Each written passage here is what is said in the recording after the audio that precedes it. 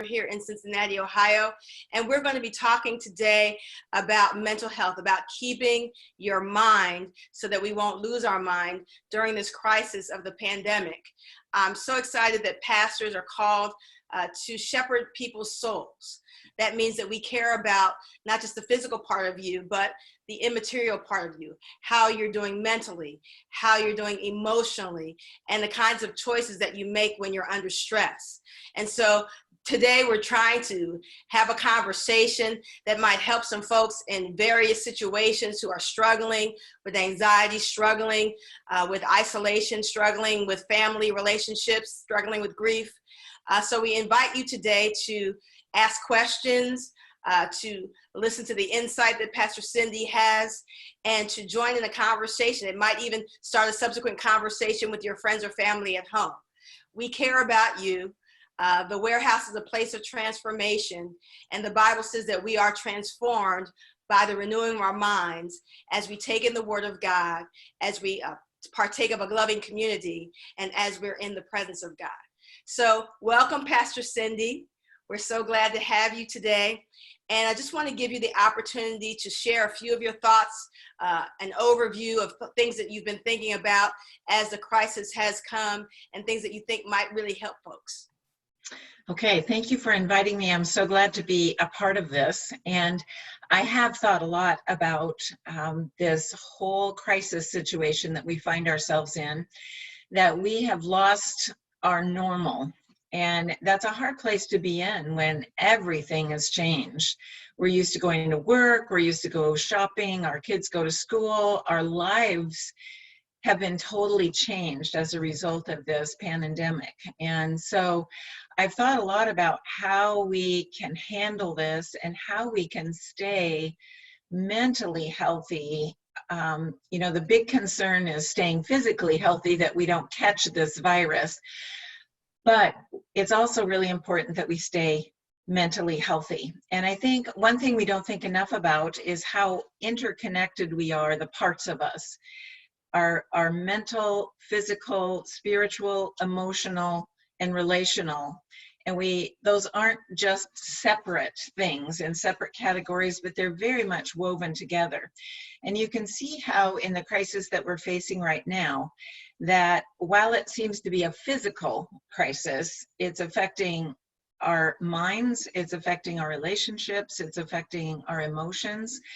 And for a lot of people, it's affecting us spiritually with questions of where is God and all of the whys. So I really see us as a society in a crisis situation. And the definition of a crisis is when your normal coping skills are overwhelmed. So the way that you normally dealt with life isn't working or doesn't work because of what all is going on. And there's three outcomes to a crisis. One is that when it's over, you resume your normal coping skills. And so you go back to doing life the way you did it. Another possibility is maladaptive coping skills, and that's when you worsen your situation. So an example of that would be chemicals. And so if you begin drinking or you begin using chemicals to numb or to ease the anxiety, then at the end of the crisis or the other side of it, your coping skills are going to be decreased. The third outcome possibility is that your coping skills are increased, that you learn new things. And that's really my hope as we talk about things tonight, that as people begin practicing these habits and training to do new things, that when life returns to whatever it's going to be after this is over and we're let out of our houses and we can go on about some of the things that we used to, that we have increased our coping skills. And so I would like to I have several suggestions. So let's start with that. And then maybe that can be a jumping off point of some of our conversation or questions. Sounds good. So my suggestion to begin with, the first one, is to find and stick to a routine. So all of us have been disrupted from our routines, and we function well as human beings with routines and habits. And so I really encourage people to get up at a regular time, go to bed at a regular time, eat meals at a regular time, keep some kind of a routine. Now, it doesn't have to be a rigid one that you don't deviate from, or you get upset if you don't do it exactly that way, but kind of keep this routine. That's a really good thing for us mentally. And I very much suggest that when you get up in the morning, you get dressed, you brush your teeth, you comb your hair, you dress the way that the kind of life you would like to have, not the one that you have. Oftentimes, if we spend the day in our PJs, there's just kind of this mental fog that can happen. And so to sharpen and keep you sharp mentally, get dressed, act like and look like you're going to go out. It's amazing what a difference that makes in just lifting your mood. Make your bed. Yes, and I was just going to mention that. There's a really neat book if you want to Google and find this book. The title of it is Make Your Bed. And it's a speech given by a naval admiral at a college commencement. And he was a Navy SEAL, and he talked about the disciplines in his life. And he started out with make your bed. And the idea of that is, if you do one thing first thing in the morning, it encourages you to do the next thing and to do the next thing. And when you look back at those things, you feel better about yourself. And so mentally, you're sharpened doing that. The third one is to move or exercise some way at least 30 minutes a day. Yeah. And this is so important for mental health, is our physical health and getting exercise. And oftentimes in a situation like this, there's just a lack of motivation of I just don't feel like doing anything. But if you will get up and move and have some kind of physical activity, it will provide some motivation mentally to begin to think, to problem solve. And if the weather at all is conducive to be outside, go outside.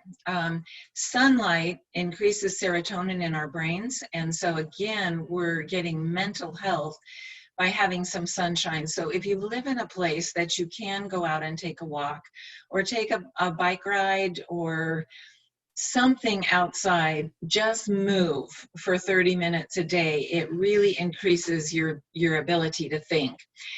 And then another idea, since we're all quarantined at home, and depending on the space of your home, some of you may have bigger houses and have your own bedroom. Some people have small houses, but make a place for everybody in your home to have a retreat place where they can be alone.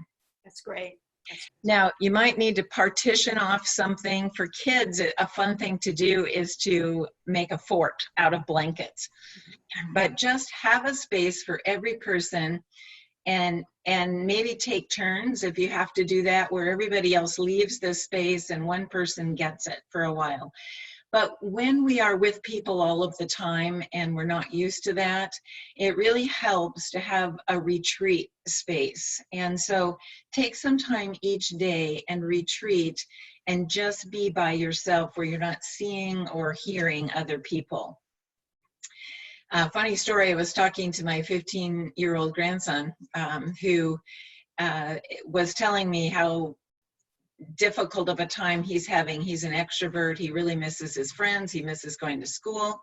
And they have a pretty small home. And he said, there's no place I can go to be by myself and just be alone. I share a bedroom with my brother. And then he even added to say, and I'm really tired of my parents. They're always there.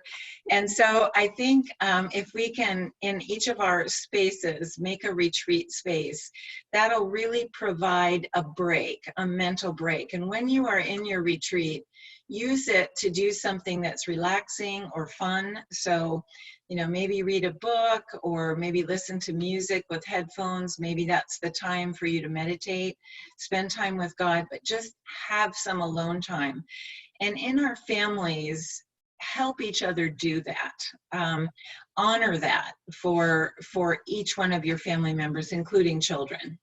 I love how because a lot of parents are struggling right now, and they're saying, I can't stand these kids anymore. I can't deal with these kids anymore. But I loved how you said, that there's a possibility that the children are struggling having to be around the parents all the time. That's a beautiful perspective that I think that a lot of parents may not be thinking about right now, because now they're homeschooling and they have all these extra responsibilities and they're not used to having their kids all the time, but your children aren't used to having you all the time either. Yes. And so we really need breaks from each other. And that is definitely helpful for mental health. And then definitely one of my biggest recommendations is to limit watching the news. That's great. And even limit social media, because there is so much on social media. There's differences of opinions, there's arguments, there's ideas. Some of them are crazy, some of them are good. But the news is constantly giving us how many new cases, how many deaths. The news is designed to be sensational, and bad things are sensational. Good things aren't. You know, unfortunately, we don't have a half hour of news of all the good things and all the people that are getting better and all the kindness that people are showing. And so really limit news. My recommendation for myself is 30 minutes. I watch the evening news for 30 minutes and that's it. I don't listen to any other news all day long, and it just makes me happy and gives me peace. I figure that's enough that I need to know. And same thing with social media.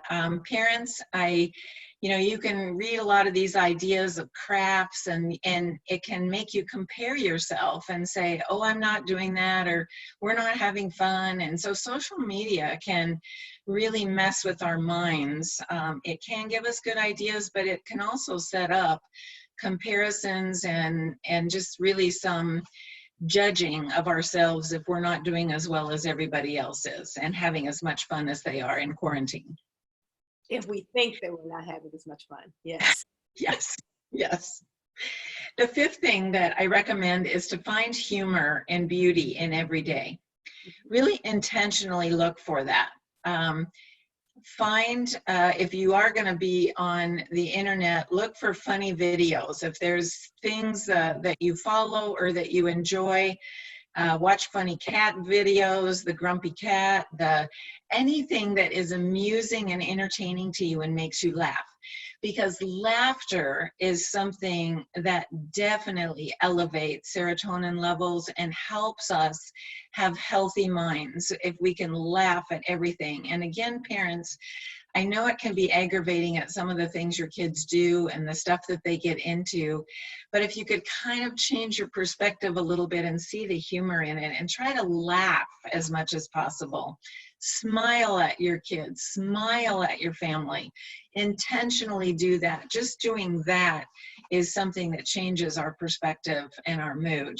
And also look for beauty. Just intentionally look for beautiful things, whether that's pictures that you enjoy, if it is flowers, if you have a yard, or you look up at the sky and you look at the sunset or the sunrise, look for beauty. Not only does it feed your soul, it also elevates your mind and increases mental health. And then the sixth one, which is a really important one for us right now in the situation we find us, is to connect with people. Isolation is very bad for mental health. And you see that with depression. One of the characteristics of depression is people want to isolate and they don't want to be with other people. But that's the worst thing that we can do. The best thing that we can do for ourselves to be mentally healthy is to connect with other people. So however you can do that, whether that's phone calls, whether that's FaceTime, however you can do it, connect with a human being and ask how they are. Tell them how you are. Ask for help. Offer help, but connect with people as much as you can. And I know some of you who are working from home, probably feel like, well, I'm connecting with my work colleagues and I'm doing Zoom calls and Zoom meetings and blah, blah, blah. But that's not the kind of connecting with people that is good for mental health. It is that friendship connecting with people. And that's one of the hard things about being isolated. And so every day, be intentional about connecting with people. And think about how you can serve other people as well. That's another thing that makes you feel better. Can I write letters? Can I write notes? Can I think of elderly people? Can I think of single people? Can I think of anyone that I know, a single parent who's there by themselves with their children? Who can I think of that I can reach out to, that I can check in on, that I can offer my love and my support and my encouragement? You will feel so much better when you do that. It's amazing how giving that you receive so much back and you feel better mentally. I want to stop you for a second. Okay. And I just kind of want to answer some questions that have come across, and I want to ask you one of them, and then we can kind of go back into people are kind of struggling both with fear, which is something that's imminent if somebody's like in a hotel room and they're quarantined, or if they're by themselves in a facility, a medical facility, and maybe their loved ones are also struggling with anxiety, which is, you know, you're projecting yourself in the future and you're working up your emotions with worry. How would somebody struggling with anxiety or fear be able to calm that sensation or that emotion inside of themselves? Okay, there's two ways to do that that are very effective. One of them is relaxing and calming down physically, because when you are feeling feelings of fear and anxiety, your arousal system kicks in and you start having an adrenaline rush. That's why you have the palpitations, the heartbeat, the difficulty breathing. It's because of that adrenaline rush in your system.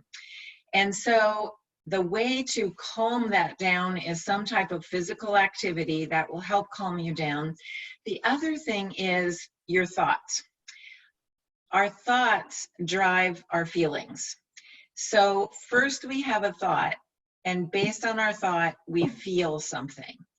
That's why it's important to think about what you're thinking about. I know that sounds kind of crazy, but if you can think about your thoughts and identify, what am I thinking right now? And if I'm thinking worst case scenario, or I'm thinking, what if this never gets better? Or what if I never see them again? Or what if? All of those are thoughts that are going to create feelings of fear and anxiety. And so examining your thoughts to ask yourself, is this true? Yes. Or is this a thought that helps me feel the way I want to feel? Mm-hmm. And if the answer is no, challenge that thought and decide, what could I think instead that would give me more peace or would help me calm down? So it would be that, okay, I may not see him for a while, right, but I believe I will see him again. And if you choose to think that thought, your level of anxiety and fear will calm down. One of the things that is very important from a scriptural perspective as Christ followers is that we are very present to the actual day that we're in. That, you know, even when we pray the Lord's Prayer, it says, give us this day our daily bread. So we don't project ourselves far into the future. We are trusting God for today. And if we have food and clothing and shelter today, we are content. The Bible talks about in Matthew 6:34, don't take anxious thought about tomorrow. Tomorrow is going to take care of itself. Each day has enough trouble of its own. And so as we try to project ourselves into next week, next month, am I going to make it to my next mortgage payment, my next whatever, that is something that causes anxiety and causes us not to trust or to be grateful in the moment that we're in.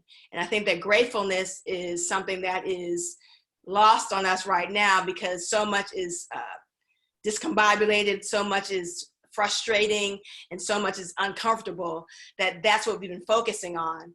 But today, you know, we are so much better in America than many places around the world who are living on less than $2 a day, who are dealing with death. They've been dealing with death all this time, and it's just come to us. And they've been dealing with hunger, and they've been dealing with water that's not drinkable, and they don't have bathrooms, and they don't have places to just rest for a couple of weeks to see a pandemic go down. They don't have the luxury of being able to even socially distant.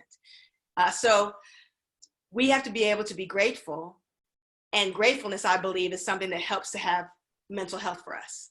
Absolutely, absolutely. One of my recommendations that I was going to make further along is to begin a gratitude journal. There's a wonderful book by Ann Voskamp, 1000 Gifts, and she started a journal, and every day she tried to write down 10 things that she was thankful for.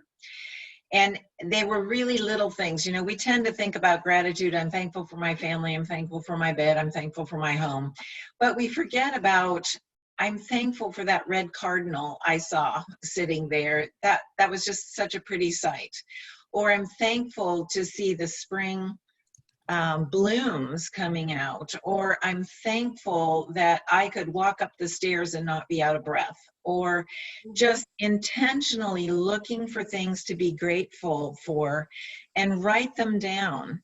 And when you go back and look at that list, you know, if you start feeling discouraged or anxious, you can go back and look at that list, and gratitude will rise up in your heart. Because really what gratitude does is it counteracts our sense of entitlement. You know, we think, I should have it easy, I should have it good, I should have it enough. That's a sense of entitlement. And what gratitude does is it kind of chops away from that, chops at that, and really looks at, what do I have that I am grateful for, and what do I have to be thankful for? And so gratitude is a huge piece in mental health. Okay, so can you go back kind of a little bit to your list? And I want to let everybody know that if you have a question or a comment, you can put that in the comments section, or you can text it to us if you know us, and we'll answer it. Thank you so much. Go ahead, Pastor Cindy.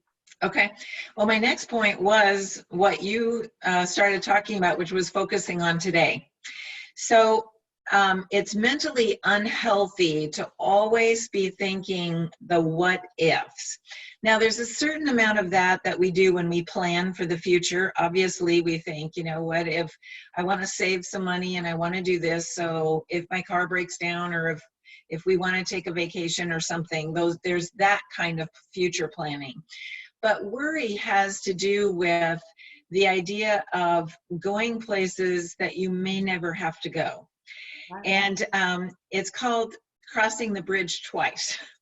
And, you know, you've kind of heard people say you may not have to cross that bridge. But when you worry, if you do have to cross that bridge, you've crossed it twice, and you would have only have had to cross it once. And so worry is really a thinking error of catastrophizing, where you think, what's the worst thing that's going to happen, or the worst thing is going to happen, or the what ifs. And so that's really the idea of borrowing trouble, which is a very mentally unhealthy thing to do. And so focusing on today and what I need to do and doing it. I love another author has talked about just doing the next right thing. Just focus on the next right thing. What's the next thing I need to do? And I think for us, as we are at home, and particularly families with children, there's a lot of hubbub going on around. And I think just having that thought, rather than say, oh no, I'm going to have to do this next week, and the next week after that, and the next week after that, and mentally you start worrying about, how am I going to do that? And so instead of doing that, to say, okay, what do we need to do today? What do we do today to get through today? And then tomorrow we'll think about what we have to do tomorrow to get through that. That is a mentally healthy habit that will keep you mentally healthy. I like the idea of also prioritizing one thing that might be an important thing, and then putting maybe a chunk of time toward that one thing, and then getting a sense of accomplishment that the one thing that was most important to me today, I have accomplished. For instance, this is my one thing today. And that is really the idea of controlling what you can control. Mm-hmm. So this situation right now is out of our control. We cannot control how many cases, where it spreads, who gets sick. If we get sick, we have no control over that. And that's often something that causes a lot of anxiety in people.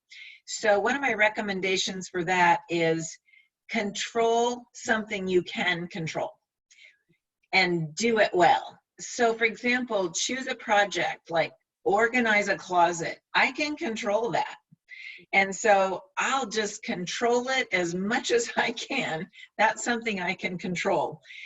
But thinking about, I can't control whether my job, what happens to my job, or what happens to my health, I can't control that. And so think about, what are the things I can control? And it is things like you mentioned, some kind of task. I can organize, I can make meals, I can do that. Those are things I can control. And when I do those things, I feel better about it and I have a sense of accomplishment.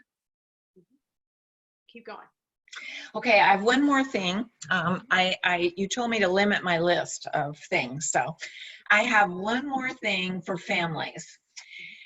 So for those of you who have children, whether you're a single parent or a family, spend extra time playing with them. Yes, that's great. Oftentimes when we're homeschooling, we're thinking about, well, how can we make them do their schoolwork? How can we make them do their chores? How can we organize their day? And we forget to play. And children need to play. Yes. And we need to play as adults. Yes. And so take extra time to play with your children. Let them tell you what they would like to play. Play make-believe, play dress up, play fun physical games, play silly games, play board games. There's one family that are friends of ours that I see on Facebook, and they're making musical videos, and they're hilarious. Yeah. And so they choose a song, and then they act it out, and they're posting them on Facebook, and it's so funny.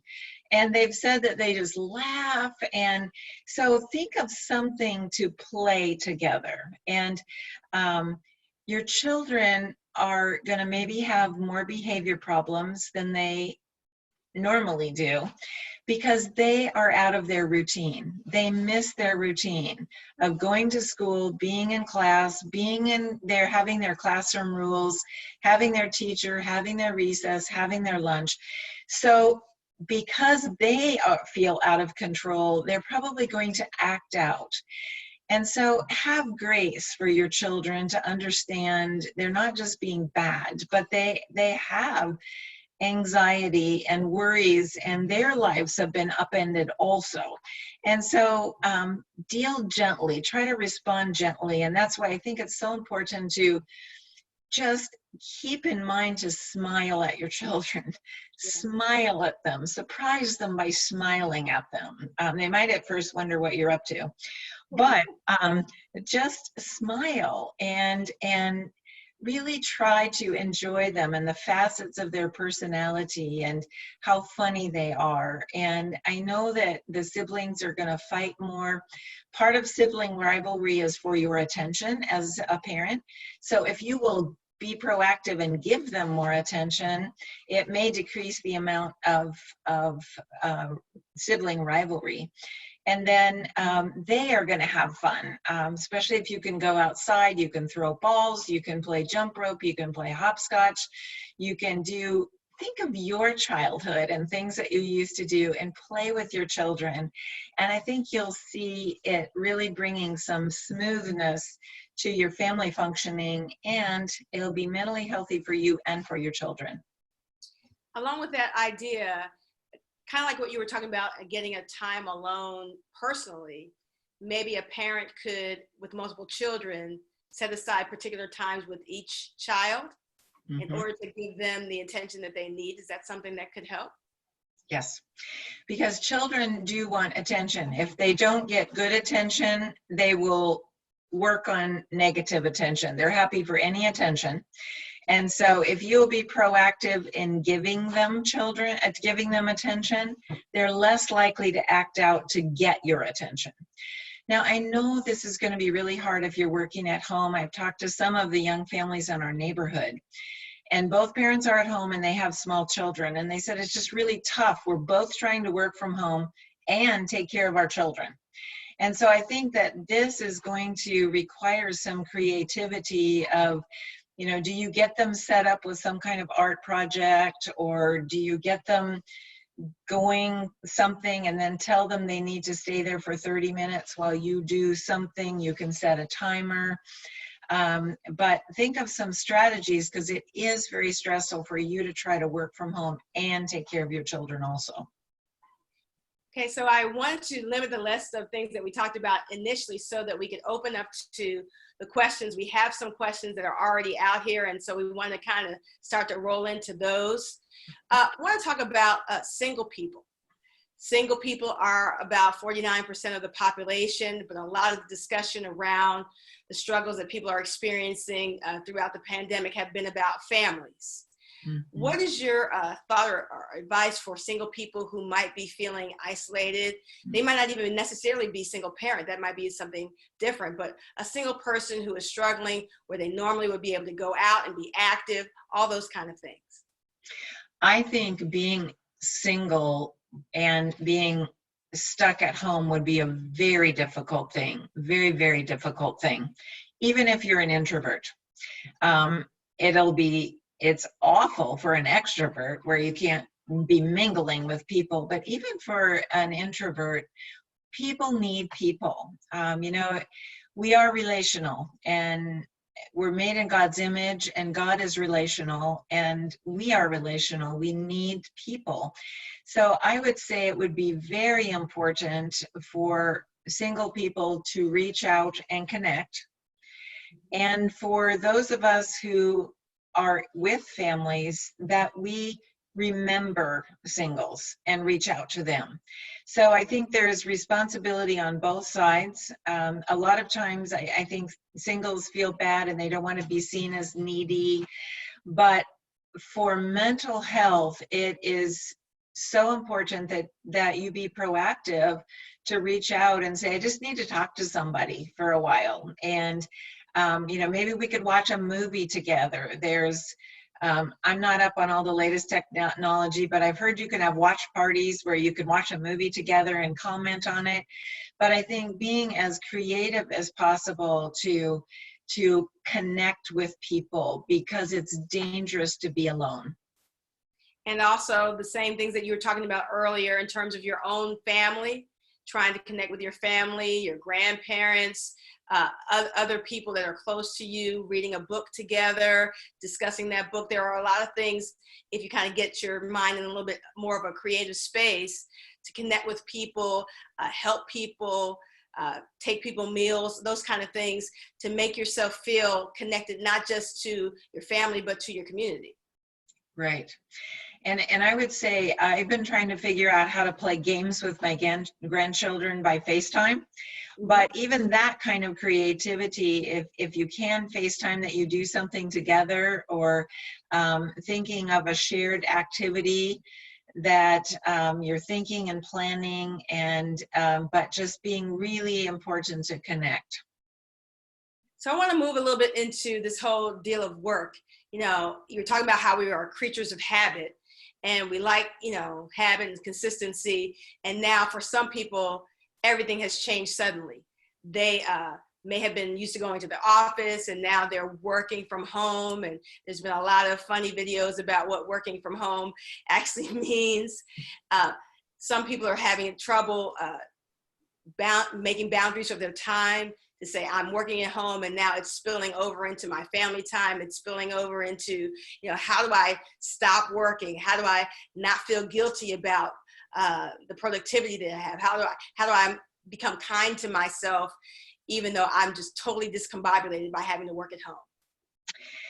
This difficulty was set up even before this crisis. Because of all of our electronics, I heard from so many people of, I have to constantly be answering my phone, constantly answering emails, constantly.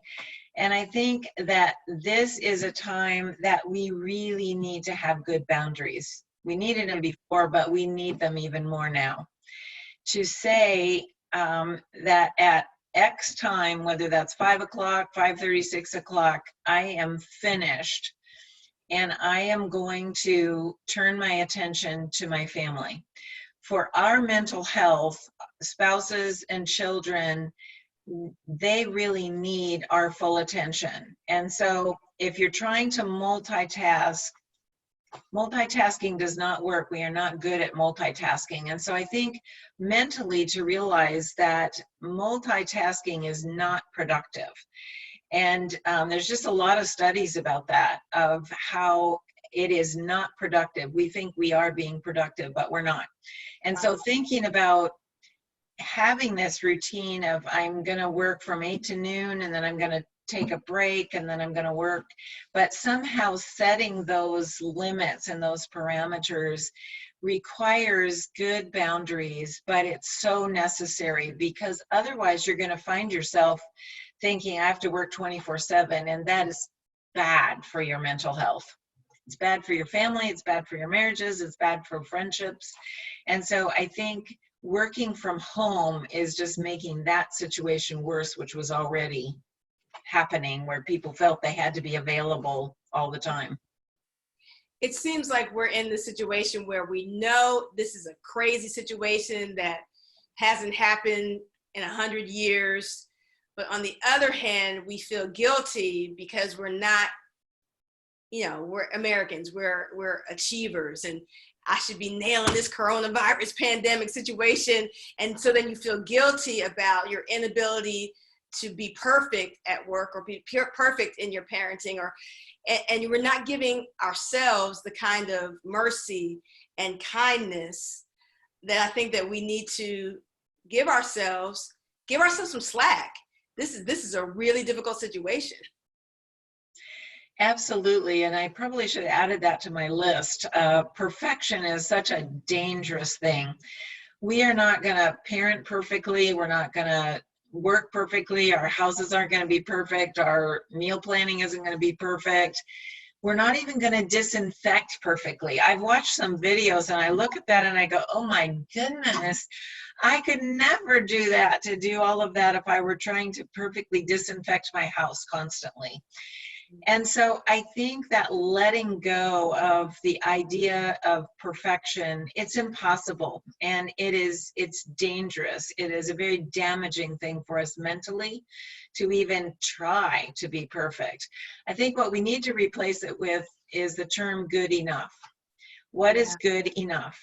Okay. And that is something that offers us grace, and thinking at the end of the day, what I did has to be good enough. And tomorrow brings another day and new challenges, but I am not going to beat myself up. I'm not going to live with condemnation and self-judgment because of what I didn't do, what I should have done, those woulda, shoulda, couldas. Those are so bad for our mental health. So we have a whole group of people who are called essential workers, who are maybe experiencing much more stress and responsibility. And of course, all of us are very grateful for grocery store clerks and people who are cleaning buildings and who are delivering our packages and working in all kinds of situations in mental health and physical health professions.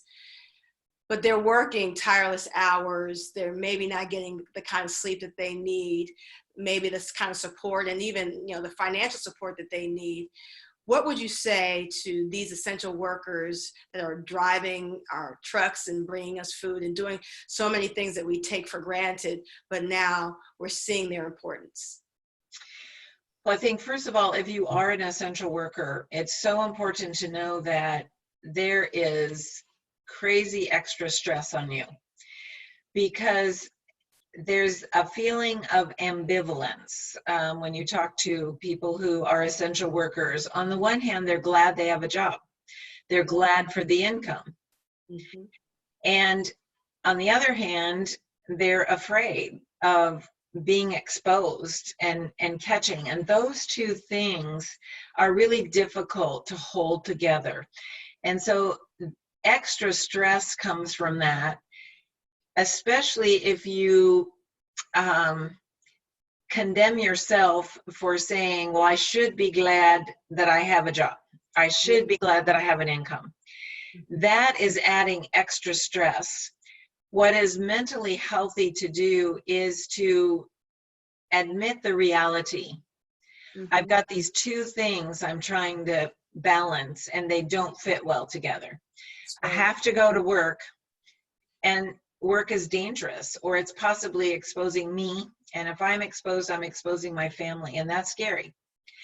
And so I think that essential workers need extra grace and need to give themselves extra grace to be able to say, I'm exhausted. What do I need? I deserve that. So if I need to go to bed as soon as I walk in the door, I need to do that so that I can keep going. I think families of essential workers need to give the essential workers extra grace.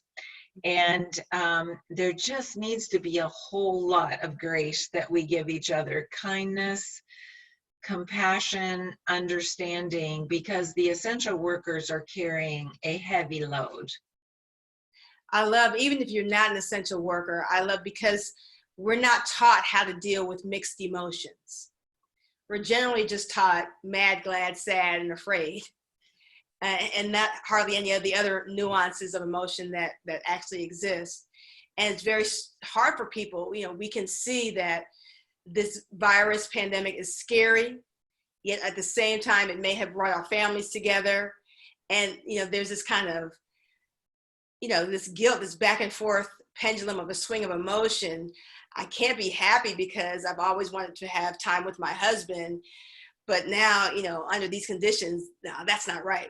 And so I love the fact that you're talking about grace for mixed emotions. That's so real.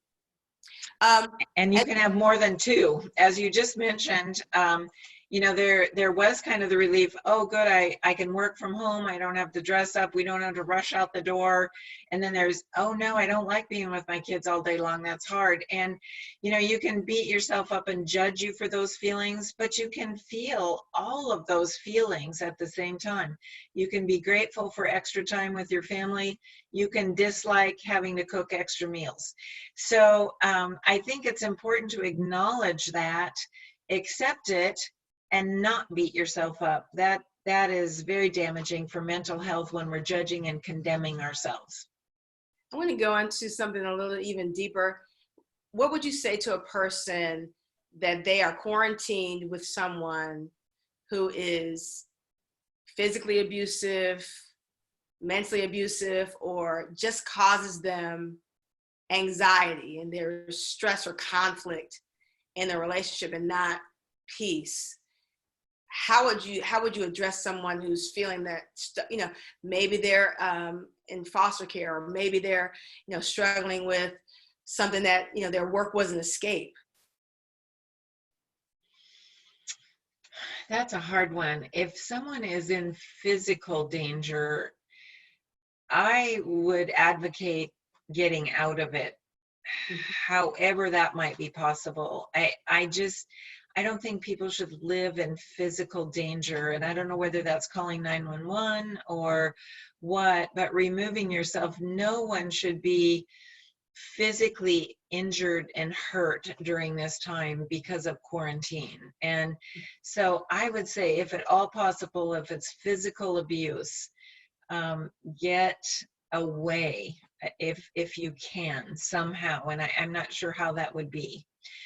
Emotional abuse is tough because that is very wearing, and I think that person needs even more connection with other people somehow, to be getting some positive input into their life to try to counterbalance the emotional abuse that they're experiencing. So whether that's having a friend that you can text or that you can talk to, or you can somehow just extra support and encouragement is needed by that person. I also, want to keep in mind that, there are therapists available like you. There are pastors that are available.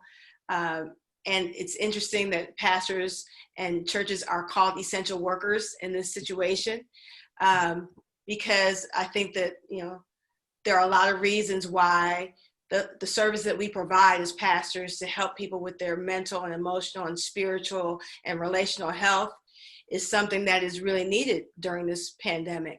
And you may have retained your insurance, and maybe you need to talk to a mental health professional and get a few sessions over the phone or online, which are available. Or maybe that you need to give your pastor a call and say, hey, I'm really struggling right now. Will you pray with me? Mm-hmm. Absolutely. That would be so important. And I know your church and our church is just really asking people, if they need something, call the office, email the office, because there are people who want to pray with them and talk to them. And so this is really a critical time to not feel alone if you've got hard things going on around you. And I would say, even with, if there's physical illness issues and there's things that you're really struggling with physically, you also need to call and talk to somebody, to reach out. And you're so vulnerable when you're alone. And it is so important to find some kind of connection. Going a little bit deeper, we've had some friends and folks around us who have actually lost some folks to the coronavirus pandemic. As Christ followers, we believe in heaven. We believe that those who have identified themselves with Jesus Christ and his sacrifice on the cross have received eternal life. And so sometimes the sting of death is a little bit different for us, because we know where we're going when we die, and that brings us a sense of comfort. But this is a real difficult time for people who are seeing loved ones pass away, alone, isolated. They're not able to do proper burials or funerals or any of those kind of things right now.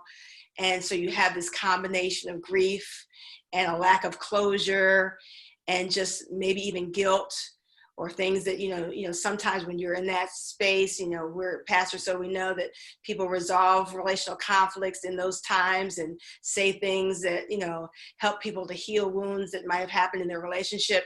What would you say to people who have recently experienced grief?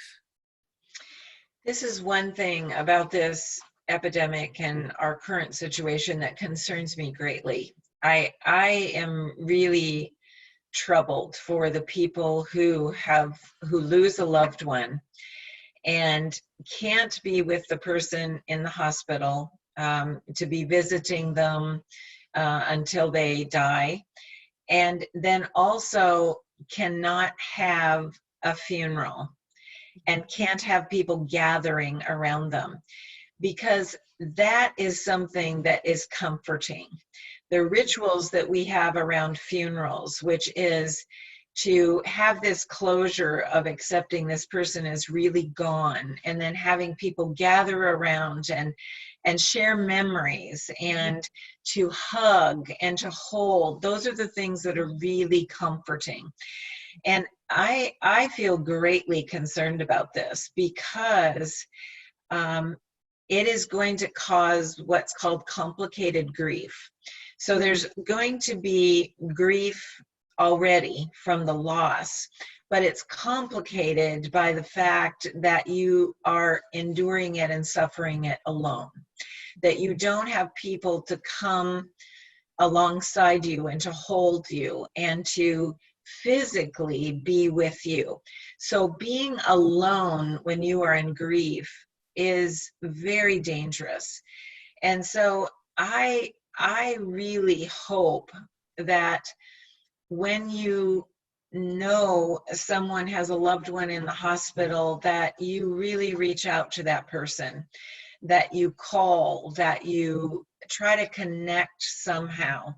And if you know someone who has lost a loved one, that you do that, that you call, and not just the first week after they're gone, but to keep thinking the next week and the next week and the next week, because now this person is alone. So they are alone without their loved one, and then they are alone staying at home.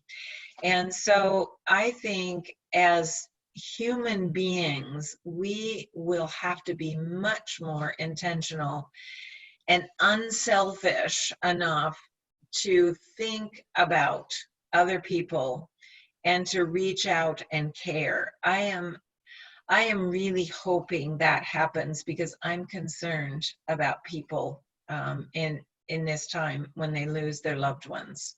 Because this isn't just people who die of coronavirus. This is people dying of any reason. And so this is your grandparent, this is your parent, this is a friend. You can't have a funeral, you can't go to a funeral. And so I hope our hearts will really open to anybody that we hear about who's lost a loved one, that we will connect with them and we will keep caring for them. Yeah, this time frame is a lot of grief is happening. And I think that a lot of people aren't experiencing it as grief. So you have the grief of the loved one passing, but even the person who has been laid off or furloughed is experiencing a type of grief. Or we're all experiencing a grief of the normalcy that we are used to having, this change. And, when you go through these, the 5 stages of grief, and maybe we have been in denial, or we've been angry, or we've been whatever we've been, and maybe we haven't come to acceptance of what is in this moment almost a new normal. And I know that people are not thinking of what they're experiencing as grief. It just feels weird, and it feels sad sometimes. How do people deal with their own personal grief of the situation that for some people is leading to depression? For the person dealing with themselves, I think one of the most important things to do is acknowledge your feelings and acknowledge your loss. Be honest about it.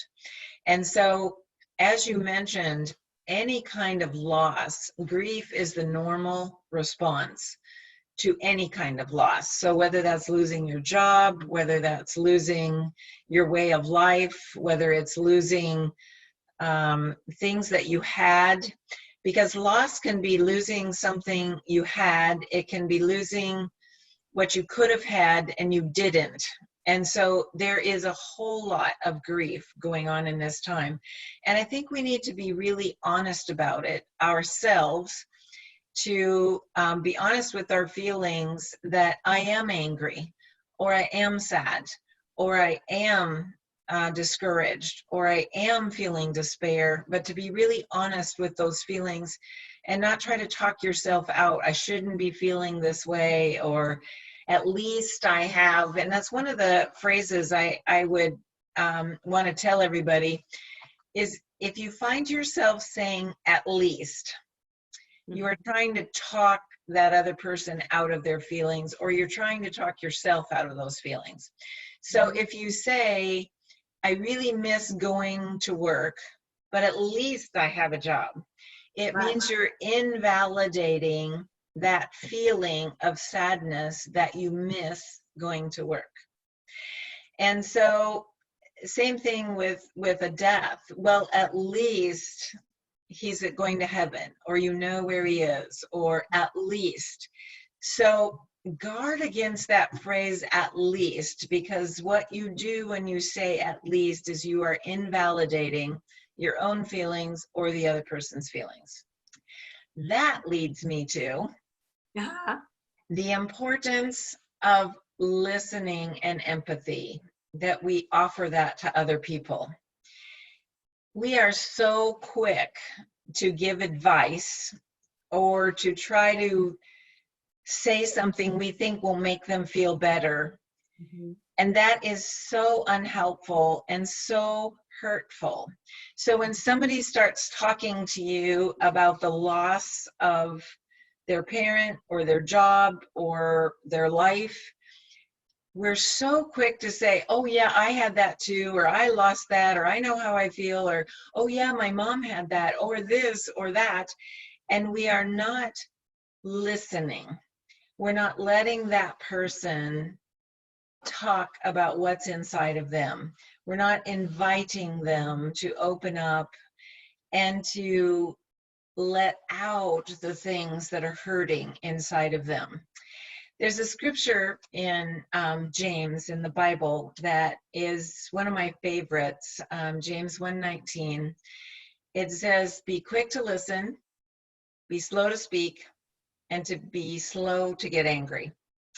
And I think, that speaks to why we have 2 ears and 1 mouth, is that we need to listen twice as much as we speak.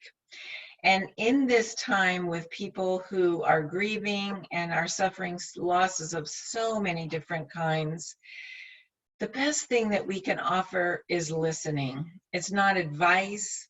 It's not telling people what they should do or what our experience was, but it's listening and having this stance of, tell me more. You seem to be, I want to understand what you're feeling, what you're thinking. I want to listen. Draw them out. Listening draws people out, and it's such an encouraging, helpful thing. And it's a gift that we can give people. Well, Pastor Cindy, I want to thank you so much. You've been with us for an hour, and we're so grateful to have you, and your wisdom is just so unbelievable. Want to encourage some folks with a final word from you. It can include some things about relaxation techniques. One of the things that people can just do is take some deep breaths, because when you get anxious, the first thing almost to go is your breathing. But if you can give, a final exhortation, that would be wonderful. Well, definitely with the relaxation, that would be the other thing that would be good to do each day, is to make sure that you take some time to relax. And, oftentimes we work, and then we fall into bed and our minds are going. And relaxation is an important thing to do. And so for mental health, do what you can do to relax at the end of the day or sometime during the day. For some people, it's taking a bath. For some people, it's reading a book. Turn off your phone, turn off your screens, turn off the TV. Get rid of those things. Just have some quiet time to think. If you are a believer, talk to God and read His Word, because the more you do that, the more it changes your thinking and you begin to have hope. And hope is what is so needed in this time right now. And there is reason to be hope, because God loves us and He is at work and He is with us. And so take some time to be with Him, and then take some time to breathe. There's a worship song that I love, is breathing in His grace and breathing out His praise. And I just love that. I think about relaxing when I do that, to just breathe in His grace and then breathe out praise. And so do your best to take care of yourselves. Do everything you can do. Go easy on yourself and on other people too. And just realize that people are struggling in their own way, and we just need to be compassionate and kind. So I think the more kind we are to ourselves and to other people, we're going to be much more healthy mentally. Thank you for inviting me. I'm so happy. And next week, we're going to have some more Tuesday Table Talk with other experts. to kind of try to help to answer some of your questions and to relieve some of your anxiety. I want to thank you. I want to let you know that God is near the brokenhearted and that he does not run from calamity. Psalm 46 says he's very present in the time of trouble, so we can be still and know that he is God. This is Sadell Bradley and Pastor Cindy Robertson, and we're signing off from the warehouse where transformation begins. Have a great evening, everybody. Good night.